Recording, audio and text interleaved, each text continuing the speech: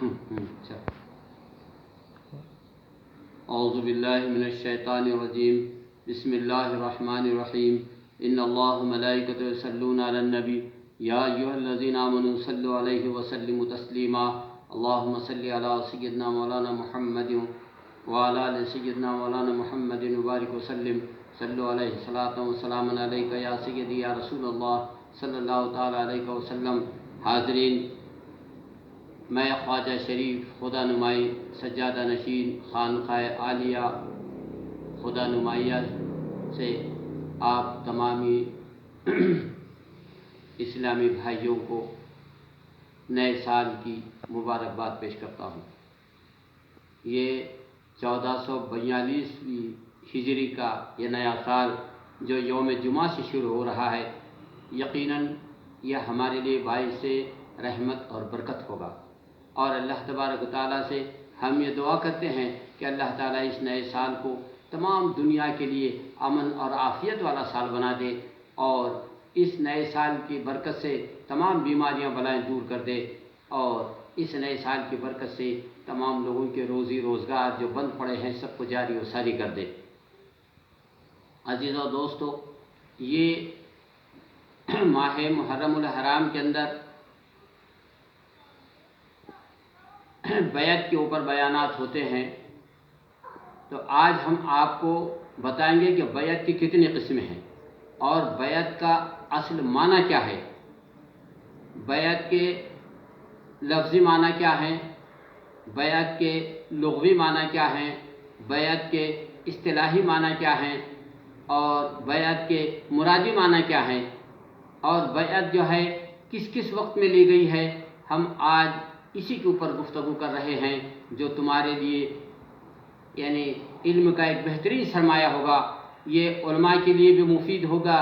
اور صوفیہ مشائخین کے لیے بھی مفید ہے، اور عوام الناس کے لیے بھی مفید ہے۔ عزیز اور دوستو، سب سے پہلے جو بیعت ہوئی ہے تو وہ بیعت مخلوق ہے۔ بیعت کے معنی عہد و پیمان کے ہے۔ اللہ تبارک و تعالیٰ نے تمام جب روحوں کو پیدا فرمایا، تو روحوں کو پیدا فرمانے کے بعد میں فرمایا الست بربکم، کیا میں تمہارا رب نہیں ہوں؟ تو ساری روحوں نے، ساری مخلوق کی روحوں نے کہا قالوا بلا، ہاں ہاں تو ہمارا رب ہے۔ تو یہ جو ہے خالق اور مخلوق کے درمیان سب سے پہلی بیعت ہوئی۔ بیعت کے معنی وعدہ کرنا، عہد و پیمان کرنا۔ تو اللہ تبارک و تعالیٰ کے رب ہونے کا، اور اللہ کے جو ہے مالک اور خالق ہونے کا،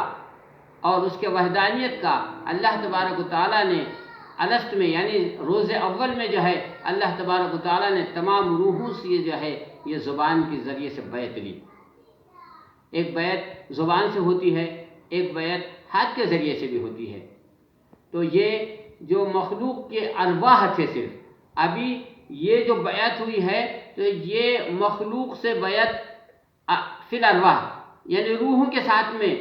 بیعت ہوئی، یعنی روحوں نے اللہ تبارک و تعالیٰ کے رب ہونے کا، اس کے مالک اور خالق ہونے کا عہد و پیمان کیا اور اقرار کیا۔ یہ بیعت خالق اور مخلوق کے درمیان تھی، یہ سب سے پہلی بیعت تھی۔ اس کے بعد میں ساری بیعتیں شروع ہوئی ہے۔ عزیز اور دوستو، اس کے بعد میں جو ہے بیعت کا سلسلہ جو ہے نبیوں کے ذریعے سے بھی شروع ہوا ہے، جیسا کہ اللہ تبارک و تعالیٰ نے اپنے محبوب پیغمبروں سے بھی بیعت لی ہے، اور ان سے بھی جو ہے عہد و میثاق لیے ہیں، جیسا کہ قرآن حکیم کہتا ہے وَإِذْ وَعَدْنَا مُوسَىٰ 40 لَيْلَةً، ہم نے جو ہے موسیٰ علیہ السلام سے عہد و پیمان کیا 40 راتوں کے لیے، کہ تم 40 رات تک کے جو ہے کوہ طور پر آؤ، اور جو ہے وہاں پر آ کر کے جو ہے ہمارے جو ہے قرب میں بیٹھو، اور ہمارے فیوض اور برکات، انوار اور تجلیات سے جو ہے تمہارے قلوب کو، تمہاری روح کو روشن اور مجلہ کرو۔ تو اللہ تبارک و تعالیٰ نے حضرت موسیٰ علیہ السلام کو جو ہے سے یہ وعدہ لیا، وَإِذْ وَعَدْنَا مُوسَىٰ، تو حضرت موسیٰ علیہ السلام سے بھی اللہ نے بیعت لی، اور اسی طرح سے جو ہے حضرت ابراہیم علیہ السلام سے بھی بیعت لی، اور اسی طرح سے جو اور انبیاؤں سے بھی جو ہے بیعت لی گئی ہے، اور بیعت میثاق النبیین بھی ہے، یعنی اللہ تبارک و تعالیٰ نے تمام نبیوں کی ایک مجلس کو جمع کیا اور مجلس کو عرش پہ بلا کر کے کہا کہ تمہارے درمیان میں ایک میرا محبوب آئے گا، اور اس کو جو ہے تم نے رسول ماننا، اور وہ جو دین لے کر آئیں گے اس دین کی تم نے پیروی کرنا، اور ان کے دین کی تعلیمات کو میری مخلوق تک کے پھیلانا اور پہنچانا، یہ تمہارا کام ہوگا۔ تو یہ بھی ایک عہد و میثاق اللہ تبارک و تعالیٰ نے نبیوں سے لیا، اور کہا کہ تم سب ایک دوسرے پر گواہ ہو جاؤ، اور پھر کہا کہ میں تم سب پر شاہد ہوں، یعنی تم سب پر میری گواہی ہے۔ تو اللہ تبارک و تعالیٰ نے میثاق النبیین یعنی نبیوں سے بھی بیعت لی ہے رسول پاک صلی اللہ تعالیٰ علیہ وسلم کی رسالت پر اور رسول پاک صلی اللہ علیہ وسلم کے نبی ہونے پر۔ تو عزیز اور دوستو، یہ بیعت کا سلسلہ جو ہے یہ عالم ارواح سے چل رہا ہے، اور تمام انبیاء کے دور میں چلا ہے، اور پھر آخر میں آ کر کے نبی پاک صلی اللہ تعالیٰ علیہ وسلم نے بھی جو ہے بیعت لی صحابہ سے، جیسے کہ جنگ بدر کے موقع پر، جنگ احد کے موقع پر، جنگ حنین کے موقع پر، جنگ خندق کے موقع پر صحابہ اکرام سے جو ہے رسول پاک صلی اللہ علیہ وسلم جو ہے بیعت لیتے تھے، تو یہ بیعت جہاد کے لیے ہوتی تھی۔ تو اس میں اس بیعت کے اندر یہ ہوتا تھا کہ ایمان لائے ہم اللہ پر، اللہ کے رسول پر، اور اس کی کتابوں پر، اور اس کے فرشتوں پر، اور جو ہے قیامت کے دن پر اگر اسلام کو ہمارے مال کی ضرورت ہے ہم مال پیش کریں گے، اگر ہمارے جان کی ضرورت ہے تو ہم اپنی جان کو اسلام کے لیے قربان کریں گے۔ تو یہ بیعت رسول پاک صلی اللہ علیہ وسلم نے جو لی تھی، یہ بیعت پھر جہاد تھی۔ اسی طرح سے جو ہے ایک بیعت صلح حدیبیہ کے موقع پر ہوئی، جس کے بارے میں جو ہے آیت مبارکہ نازل ہوئی، جو پارے 26 کے اندر ہے، ید اللہ فوق ایدیہم، ان کے ہاتھوں میں جو ہے رسول کا ہاتھ نہیں بلکہ اللہ کا ہاتھ ہے۔ تو اس بیعت کو بیعت رضوان کہا جاتا ہے۔ رسول پاک صلی اللہ تعالیٰ علیہ وسلم نے صحابہ اکرام سے حدیبیہ کے موقع پر بیٹھ کر بیعت لی کہ اگر ہم کو جو ہے جنگ کی ضرورت پڑے تو تم کو لڑنا پڑے گا اور پیٹھ نہیں بتانی پڑے گی۔ تو اس کے اوپر جو ہے تمام صحابہ کرام نے جو ہے اس زیتون کے پیڑ کے نیچے رسول پاک صلی اللہ علیہ وسلم کے دست برکت پہ اپنا ہاتھ رکھا، اپنے ہاتھ پہ رسول کے ہاتھ کو رکھا، اور رسول کے ہاتھ کے اوپر ہاتھ رکھ کر کے عہد و پیمان کیا۔ تو یہ بیعت رضوان ہے۔ تو یہ بیعت کا سلسلہ جو ہاتھ میں ہاتھ رکھنے کا ہے، تو یہ بیعت رضوان سے شروع ہوا، اور پھر قرآن کریم نے جو ہے اس کو کھلے اور صریح لفظوں میں فرمایا، ید اللہ فوق ایدیہم، اے مسلمانوں تمہارے ہاتھ میں رسول کا ہاتھ نہیں بلکہ اللہ کا ہاتھ ہے، تم اللہ کے ہاتھ پہ بیعت کر رہے ہو، رسول کے ہاتھ پر نہیں بلکہ اللہ کے ہاتھ پہ بیعت کر رہے ہو۔ اور پھر جب سب صحابہ پورے ہو گئے تو حضرت عثمان غنی رضی اللہ تعالیٰ عنہ کی باری آئی، تو حضرت عثمان غنی کو کفار مکہ اور سرداران مکہ سے جو ہے بات کرنے کے لیے رسول پاک صلی اللہ علیہ وسلم نے بھیج دیا تھا۔ اسی لیے جو ہے رسول پاک صلی اللہ علیہ وسلم نے اپنے دائیں ہاتھ پر سیدھے ہاتھ کو رکھا اور کہا یہ عثمان کا ہاتھ ہے اور یہ اللہ کا ہاتھ ہے، اور اپنے ہاتھ کے اوپر ایک ہاتھ کو رکھ کر کے کہا کہ یہ عثمان کی بیعت ہے۔ تو عزیز اور دوستو، یہ بیعت رضوان تھی جو اللہ تبارک و تعالیٰ کے بارگاہ میں رسول پاک صلی اللہ علیہ وسلم نے تمام صحابہ سے لی تھی۔ اب اس کے بعد میں رسول پاک صلی اللہ علیہ وسلم کے پردہ فرمانے کے بعد جو بیعتیں ہوئی ہے تو بیعت راشدہ ہوئی، یعنی خلافت کی بیعت ہوئی کہ جو بھی خلیفہ ہوتا اس کے ہاتھ پر تمام جو ہے مخلوق بیعت کرتی اور یہ عہد کرتی کہ ایمان لایا میں نے اللہ پر، اس کے رسول پر، اس کی کتابوں پر، اس کے فرشتوں پر، اور قیامت کے دن پر، اور قیامت کے دن اٹھائے جانے پر، حساب اور کتاب پر، شر اور خیر پر ایمان لایا میں، تو یہ سارے عہد و پیمان اس بیعت کے اندر ہوتے تھے۔ اور پھر آخر میں کہا جاتا تھا کہ اسلام کی کو مال کی ضرورت ہے تو مال دیں گے، جان کی ضرورت ہے جہاد میں جائیں گے، میدان میں جا کر کے ہم شہید ہو جائیں گے یا پھر غازی ہو کر لوٹیں گے، اور میدان کو پیٹھ بتا کر کے نہیں بھاگیں گے۔ اس طرح سے جو ہے اس وقت کے جو سپہ سالار اور جو خلیفہ ہوتے تھے یا اس وقت کے جو جنرل ہوتے تھے، ان کے ہاتھ پر جو ہے فوجیوں کی بیعت ہوتی تھی، سپاہیوں کی بیعت ہوتی تھی۔ تو اس بیعت کو بھی جو ہے یعنی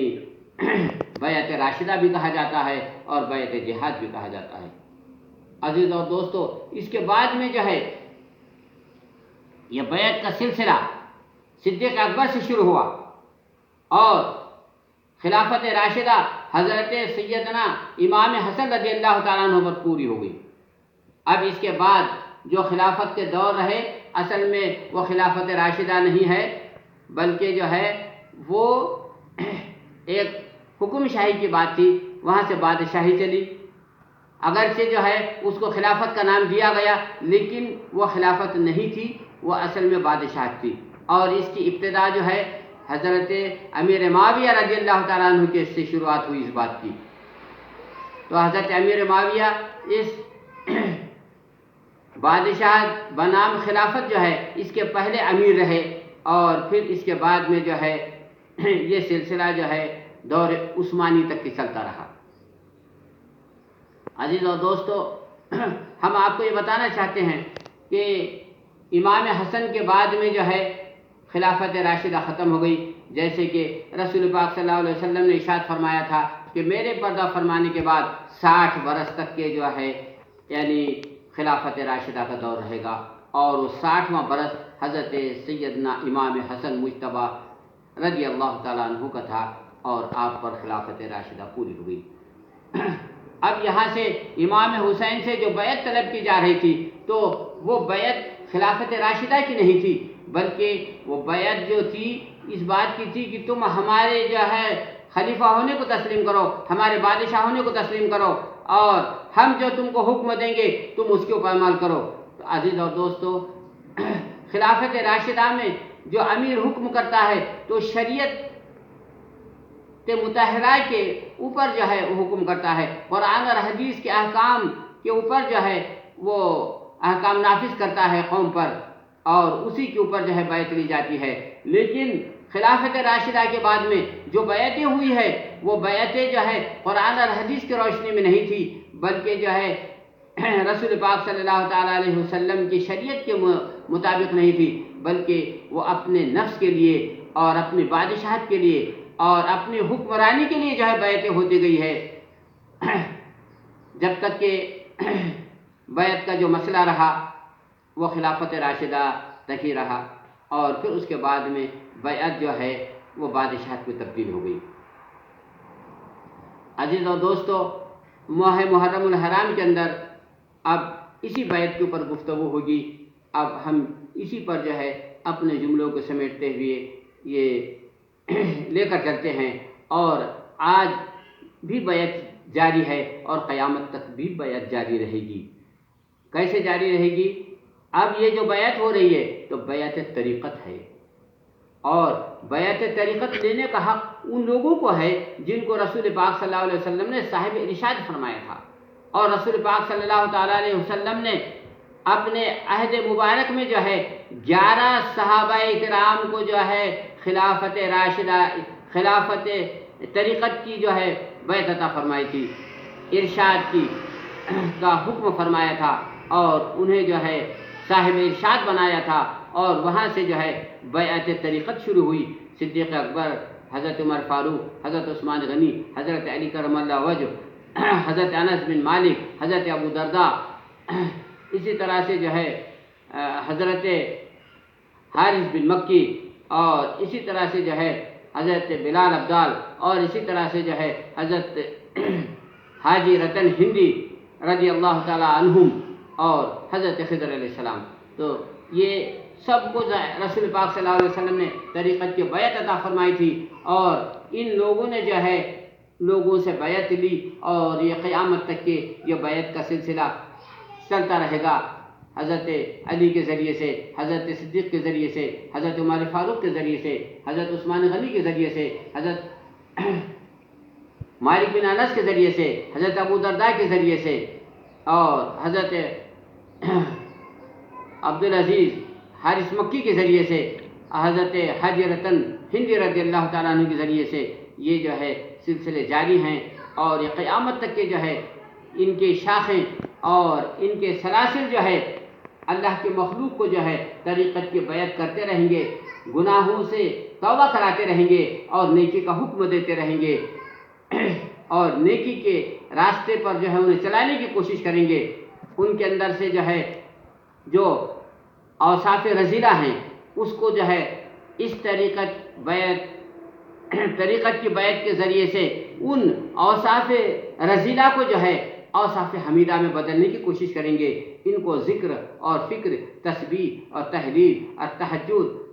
کی ترغیب کرتے رہیں گے، اور ان کے نفوس کو اور ان کے ذہنوں کو جو ہے گندگی سے پاک کریں گے، ان کے نفس کی اور ان کے جو ہے ذہن کی گندگی کو دور کریں گے، اور اس اپنے طریقت کی بیعت کے ذریعے سے جو ہے اللہ کے بندوں کو جو ہے اللہ تک پہنچانے کا کام کرتے رہیں گے، اور یہ قیامت تک کے جو ہے بیعت طریقت جو ہے چلتے رہنے والی ہے۔ وآخر دعوانا ان الحمدللہ رب العالمین، استغفر اللہ ربی من کل ذنب واتوب الیہ۔ اے اللہ، اس کہنے کے اندر، اس بیان میں مجھ سے جو غلطیاں ہوئی، یہ کوتاہیاں ہوئی ہے، یا زبان کی کچھ لغزش اور پھسلن ہوئی ہے تو اللہ مجھے معاف فرما، میرا مواخذہ نہ فرما، اور اس کے جو ہے ذریعے سے جو ہے میں نے جو بیعت کے جو اقسام بیان کیے، تیرے بندوں کو اس کا علم عطا فرما، اور اس پر سب کو ہم کو عمل کی توفیق اور ہدایت عطا فرما۔ ربنا تقبل منا انک انت السمیع العلیم وتب علینا انک انت التواب الرحیم۔ سبحان ربک رب العزة عما یصفون وسلام علی المرسلین والحمد للہ رب العالمین۔ لا الہ الا اللہ محمد رسول اللہ۔